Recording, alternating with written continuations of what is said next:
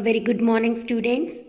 Class 9th का exercise number 10.4 का आज की क्लास में जो हम क्वेश्चन करने जा रहे हैं वो है question number 4। According to this question, if a line intersect two concentric circles with same centre O at A B C and D, then proof कीजिए कि आपके पास ए बी जो है वो सी डी के इक्वल है। तो बच्चे क्वेश्चन नंबर 4 में आपको क्या कहा गया है कि एक लाइन जो इंटरसेक्ट करती है टू कोसेंट्रिक सर्कल क्या होते हैं, सबसे पहले आपने ये देखना है। एक सर्कल के अंदर जब एक सर्कल होता है तो उसको कोसेंट्रिक सर्कल कहते हैं और उन दोनों सर्कल का जो सेंटर होता है वो आपके पास बिल्कुल सेम होता है।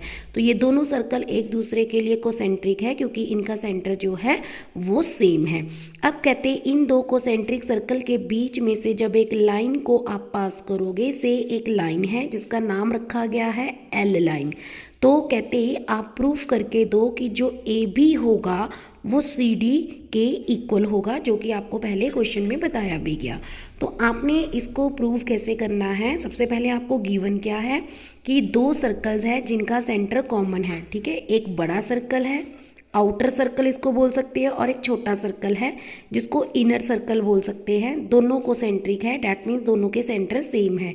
और इनमें से एक लाइन है जिसका नाम हमने रखा है एल, और ये जो लाइन है वो बाहर के सर्कल को, मतलब जो बड़ा आउटर सर्कल है उसको इंटरसेक्ट करती है पॉइंट ए पे और पॉइंट डी पे। और यही लाइन जब छोटे सर्कल में से पास आउट करती है बच्चे, तो वो छोटे सर्कल को भी इंटरसेक्ट करती है at the point of B and सी।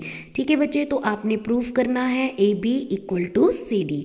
तो हम इसके लिए क्या प्रूफ करेंगे और किस तरीके से, सबसे पहले हम क्या करेंगे कि हम जो लाइन एल आपने सपोज की है जो दो कोसेंट्रिक सर्कल के बीच में से होती हुई गुजर रही है, तो हम सेंटर का, सर्कल के जो सेंटर है ओ, वहाँ से हम इस लाइन एल पे एक परपेंडिकुलर ड्रॉ करेंगे। जो आप देख सकते हो कि ये आपके पास सेंटर ऑफ सर्कल था, कोसेंट्रिक सर्कल्स थे, उनका सेंटर सेम था ओ। जब आप ओ में से एक परपेंडिकुलर ड्रॉ करोगे जो कि लाइन किस पे होगा, एल पे, ठीक है, तो आपके पास क्या होगा, तो सबसे पहले आप क्या लिखोगे, draw O M perpendicular L. आपने क्या किया, ओ एम परपेंडिकुलर ड्रॉ किया एक लाइन पे जिसका नाम था एल। अब हम सबसे पहले बाहर के सर्कल की बात करेंगे, बड़े सर्कल की। जब हमने एक पिछले क्वेश्चंस किए थे उनमें हमने एक बात कही थी कि जब आप सेंटर ऑफ सर्कल से किसी लाइन पे परपेंडिकुलर ड्रॉ करते हो तो वो उस लाइन को इक्वल पार्ट में डिवाइड कर लेता है। अगर ओ एम परपेंडिकुलर है इस लाइन एल पे, तो आपके पास जो ए, हम बाहर वाले सर्कल की बात करेंगे, OM is perpendicular on the line L, then AM is equal to MD, क्योंकि आउटर सर्कल के पॉइंट थे A और D, तो आपके पास क्या आएगा, AM is equal to MD। ये आउटर सर्कल की बात कर रहे हैं, बड़े सर्कल की। ठीक है, रीज़न यहाँ पे लिख दिया है कि जब हम किसी सेंटर में से एक परपेंडिकुलर ड्रॉ करते हैं किसी एक लाइन पे, एक कॉर्ड पे, इन दोनों सर्कल के लिए ये लाइन क्या है, एक कॉर्ड है, तो वो उस कॉर्ड को दो हिस्सों में डिवाइड कर लेती है। डैट मीन्स AM जितना होगा MD भी उतना ही होगा। अब हम छोटे सर्कल की बात करते हैं, अंदर वाला circle same as it is. अगर OM आप परपेंडिकुलर ड्रॉ करते हो लाइन L पे, तो यही लाइन छोटे सर्कल में से भी पास होके निकल रही है। डैट मीन्स इसके जो पॉइंट है वो है B और C, तो OM को जब आप L पे परपेंडिकुलर ड्रॉ करोगे तो आपके पास जो BM होगा वो MC के इक्वल बन जाएगा। You can see on your notebook कि जो आपके पास BM है वो MC के इक्वल हो गया। तो फर्स्ट वाले पार्ट को हम इक्वेशन नंबर 1 बोल देते हैं, जहाँ पे हमने लिखा था कि AM is equal to MD और दूसरी value BM is equal to MC, उसको हम सेकेंड नंबर दे देते हैं। अब हम क्या करेंगे, इक्वेशन 1 को इक्वेशन 2 से सब्ट्रैक्ट कर देंगे। तो इक्वेशन 1 में क्या था, AM, लेफ्ट को लेफ्ट से माइनस कीजिए, राइट को राइट से, तो AM किसके माइनस हो जाएगा, इक्वेशन नंबर 2 के BM से। और यहाँ से जो MD है वो किस में से माइनस हो जाएगा, MC में। तो जब दोनों को माइनस किया तो आप देख सकते हो बच्चे, दोबारा आप सर्कल को ध्यान से देखिए, जब आपके पास AM में से हम BM को माइनस करेंगे, क्योंकि हमने परपेंडिकुलर बोले थे ना कि जब आप OM परपेंडिकुलर ड्रॉ करते हो तो AM जो होगा वो MD के इक्वल होगा और BM जो होगा वो MC के इक्वल होगा। तो AM में से BM माइनस कर दो तो बचा कितना हिस्सा, AB का। ठीक है, AM में से BM को माइनस कर दो तो बचा कौन सा हिस्सा, AB का। और यहाँ से MD में से अगर आप MC को माइनस कर दो तो बचा कौन सा हिस्सा, CD का। तो आपके पास आ गया AB, इन दोनों को माइनस करके AB और इन दोनों को माइनस करके CD। और यही आपने क्या करना था, प्रूफ करना था कि जो AB होता है वो CD के इक्वल आएगा। तो ये क्वेश्चन नंबर 4 जो था आपने एज इट इज़ करना है नोटबुक पे। अब हम क्वेश्चन नंबर 5 की बात करेंगे। इस क्वेश्चन को बहुत ही ध्यान से आपने समझना है। According to question number 5 statement क्या कहती है, 3 girls Reshma, Salma and Mandeep are playing a game by standing on the circle of radius 5 metre. अब वो क्या कह रहे हैं, आप अपनी बुक में ध्यान से स्टेटमेंट को पढ़ना। कहते एक सर्कल है, ठीक है, हमने सबसे पहले क्या किया, एक बहुत बड़ा सर्कल बनाया। उस सर्कल का आपके पास जो रेडियस था वो आपको दिया गया 5 सेंटीमीटर। अब आपको पता है अगर आपके पास एक सर्कल होता है तो सर्कल का रेडियस कहाँ से होता है, उसके सेंटर से। तो ये जो सेंटर था उससे इसका रेडियस जो था वो 5 सेंटीमीटर था। ठीक है, तो ये सेंटर था एक सर्कल का सेंटर।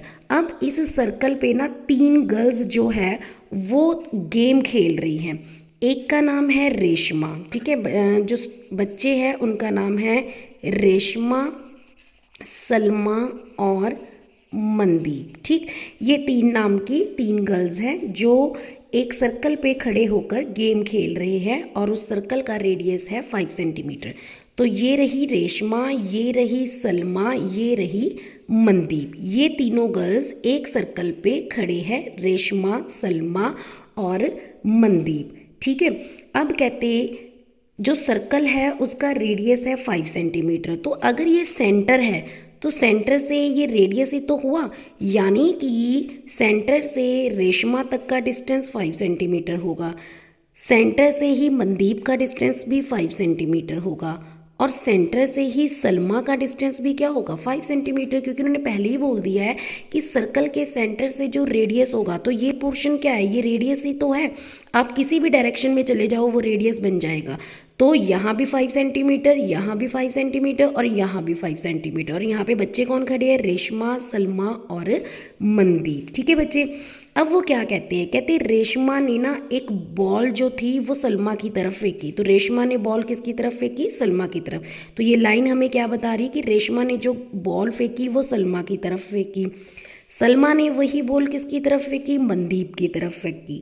ठीक है, और मनदीप ने अगेन वो बॉल जो थी वो थ्रो की रेशमा की तरफ। तो कुछ ट्रायंगल ऐसी बनती है, रेशमा से सलमा, सलमा से बॉल गई मनदीप के पास, मनदीप से बॉल चली गई रेशमा के पास। और उन्होंने बोला है कि रेशमा ने सलमा को जब बॉल दी तो रेशमा और सलमा का डिस्टेंस जो था वो था 6 सेंटीमीटर, और सलमा ने जब मनदीप को बॉल दी तब भी दोनों का डिस्टेंस क्या था, 6 सेंटीमीटर। यानी कि RS भी आपके पास 6 सेंटीमीटर है और SM भी क्या है, 6 सेंटीमीटर। अब जब मनदीप ने बॉल रेशमा को दी तो ये डिस्टेंस हमें नहीं पता कि वो कितना है, यानी कि हमें क्या फाइंड आउट करना है, RM। तो बच्चे अब आपने क्या करना है, सबसे पहले हमें पता है कि OR, OS और OM सेंटर ऑफ सर्कल से रेडियस कितना है, 5 सेंटीमीटर। सारा रेडियस क्या है, सेम है। अब आपको ये भी पता है रेशमा ने सलमा तक बॉल पकड़ाई तो डिस्टेंस था 6 सेंटीमीटर, और सलमा ने भी मनदीप तक बॉल पकड़ाई तो डिस्टेंस क्या था, 6 सेंटीमीटर। पर मनदीप ने जब बॉल रेशमा को दी तो वो डिस्टेंस हमें नहीं पता, तो वो हमने RM निकालना है। This is R, this is M, तो RM हम फाइंड आउट करेंगे। तो सबसे पहले हम क्या करेंगे, हम ना यहाँ पे देख रहे हैं कि एक तरह से यहाँ पे जो एंगल बन रहा है वो कितने डिग्री का बन रहा है, दिस इज ऑफ 90 डिग्री। तो हम यहाँ पे जो ट्रायंगल सपोज कर रहे हैं उसका नाम है ROS, और वो ट्रायंगल कौन सी होगी, राइट एंगल ट्रायंगल। तो नाम क्या है, ROS। हम एक ट्रायंगल देख रहे हैं क्योंकि यहाँ पे एक 90 डिग्री बना हुआ है, तो हम ट्रायंगल सपोज कर रहे हैं ROS। आप देख सकते हो यहाँ पे ROS। तो आपके पास जो RP है, अगर मैं ये ट्रायंगल देखूँ ROS, ठीक है, ROS, तो ये जो यहाँ पर है ये क्या बन रहा है, इस ट्रायंगल का परपेंडिकुलर बन रहा है, यानी कि RP जो है वो परपेंडिकुलर है OS का। ठीक है, RP is perpendicular on OS। तो जब एक ट्रायंगल आपके पास परपेंडिकुलर होती है जिस पे 90 डिग्री का एंगल बन रहा है, तो एरिया ऑफ ट्रायंगल कैसे निकालते हैं, area of triangle is equal to half multiply जो परपेंडिकुलर होता है RP और जो यहाँ पे बेस है OS। तो एरिया ऑफ ट्रायंगल जो है आपके पास आया है ROS का half multiply RP multiply OS। ठीक, तो area of triangle ROS is equal to half, RP की वैल्यू हमें नहीं पता, OS की वैल्यू आपको 5 गिवन है। आप देख सकते हो बच्चे, जो OS था वो टोटल कितना था, वो 5 सेंटीमीटर था। ठीक है, तो RP आपको निकालना है, OS आपको पता है। अब हम बच्चे अपने से एक परपेंडिकुलर फिर से ड्रॉ करेंगे ट्रायंगल ROS। दोबारा से हम यही ट्रायंगल लेंगे, पहले भी हमने ROS ही ली थी। अब हम क्या करेंगे, O से एक परपेंडिकुलर ड्रॉ कर देंगे RS पे। ठीक है, हमने ये अपने से दोबारा ट्रायंगल ली जिसमें हमने O से एक परपेंडिकुलर ड्रॉ किया RS पे। मान लीजिए यहाँ पे अगर हम इस पॉइंट को L बोल देते हैं, मान लीजिए अगर हम इस पॉइंट को L बोल देते हैं और ट्रायंगल हमारी सेम है ROS, तो अब हमने क्या किया, O से एक परपेंडिकुलर RS पे ड्रॉ कर दिया। तो अब हमारा फॉर्मूला क्या बनेगा, अगेन हम देखते हैं ROS का एरिया निकालना है, तो एरिया क्या होता है, हाफ मल्टीप्लाई, यहाँ पे क्या बन रहा है 90 डिग्री का एंगल, तो यहाँ पे एक राइट एंगल ट्रायंगल का फिर से दोबारा फॉर्मूला क्या बनेगा, half multiply perpendicular distance OL and multiply RS। तो हमने फिर से वही फॉर्मूला लिखा। ठीक है, एरिया ऑफ ट्रायंगल हमारे पास दोबारा लिखा गया, half multiply OL multiply RS। ठीक, तो RS कितना था आपके पास 6 सेंटीमीटर। ये ऑलरेडी उन्होंने बोला था कि जब रेशमा सलमा पर बॉल फेंकेगी, थ्रो करेगी, तो डिस्टेंस क्या होगा 6 सेंटीमीटर। ठीक, अब हमने जो ट्रायंगल ली थी उसमें हम राइट एंगल ट्रायंगल फिर से देख रहे हैं OLR। तो हम राइट एंगल ट्रायंगल OLR की बात करेंगे। पहले बच्चे हमने ये पूरी ट्रायंगल ली थी, अब हम ये छोटी ट्रायंगल लेंगे OLR। अब आप देखिए, रेशमा ने जब सलमा को बॉल थ्रो की थी तो दोनों का डिस्टेंस कितना था 6 सेंटीमीटर, तो यानी कि इतना हिस्सा होगा 3 सेंटीमीटर और इतना हिस्सा भी क्या होगा 3 सेंटीमीटर, क्योंकि जब हम परपेंडिकुलर ड्रॉ करते हैं तो वो उसको इक्वल पार्ट में डिवाइड कर देती है लाइन को। तो अगर RS 6 होगा तो RL 3 होगा और LS क्या होगा 3। अब हम ट्रायंगल जो ले रहे हैं वो है OLR और इस पे हम लगाएंगे पाइथागोरस थ्योरम। तो पाइथागोरस के अकॉर्डिंग ये बन जाएगा RO का square is equal to RL का स्क्वायर प्लस OL का स्क्वायर। तो वही ट्रायंगल हमने यहाँ पे ड्रॉ की, ये हमें 5 सेंटीमीटर गिवन था, 5 OR है 5 सेंटीमीटर, देन RL आपको पता लग गया है कि 6 का हाफ कर दिया 3 आ गया, और OL आपने निकालना है। इस तरीके से आपने 5 का स्क्वायर किया 25, 3 का स्क्वायर किया 9, 25 में से 9 गया 16, OL का स्क्वायर 4 है, 16 का परफेक्ट स्क्वायर, तो आपने OL निकाल दिया 4 सेंटीमीटर। डैट मीन्स आपके पास OL आ चुका है। तो इक्वेशन नंबर जो हमने यहाँ पर निकाली थी, यहाँ पे अब हम OL की वैल्यू निकाल सकते हैं। ठीक है, हमने इससे पहले भी एरिया ऑफ ट्रायंगल ROS निकाला था, उसको आप नंबर 1 दीजिए। फिर हमने एरिया ऑफ ट्रायंगल ROS दोबारा निकाला, वहाँ पे हम OL की वैल्यू निकाल कर पुट करेंगे। तो OL कितना था 4 सेंटीमीटर, तो 2 का 4 हो गया, 6 2 का 12। तो आपके पास एरिया ऑफ ट्रायंगल जो है, इसको सेकेंड इक्वेशन का नाम दीजिए। अब आपके पास 2 इक्वेशन है, area of triangle ROS again area of triangle ROS, दोनों को आपने इक्वेट किया। यहाँ पे एरिया ऑफ ट्रायंगल दो था, फर्स्ट इक्वेशन का है, और area of triangle second equation का है, जो ऑलरेडी 12 सेंटीमीटर आया। तो RP कितना आया, 2 को यहाँ पे क्रॉस मल्टीप्लाई करवाइए, 5 से डिवाइड करवा दिए, 24/5 सेंटीमीटर। तो आपने क्या निकाला बच्चे, RP फाइंड आउट किया। अब एक चीज़ आपने नोटिस करनी है, जब आपने RP निकाला तो हमें अब टोटल निकालना था कि जब मनदीप ने बॉल रेशमा की तरफ फेंकी तो हमें तो RM निकालना है। पर अगर आपको RP पता लग गया तो PM भी तो उसका डबल हो जाएगा। डैट मीन्स जो RP होगा वो ट्वाइस ऑफ MP बन जाएगा। तो RM किसके इक्वल हो गया, ट्वाइस ऑफ RP।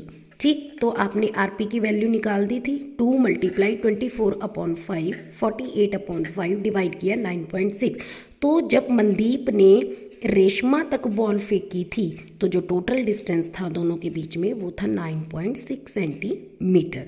तो क्वेश्चन नंबर आपके पास यहाँ पर 5th भी कंप्लीट होता है। इम्पॉर्टेंट है ये क्वेश्चन, ध्यान से आपने इसको समझ के अपनी नोटबुक पे करना है।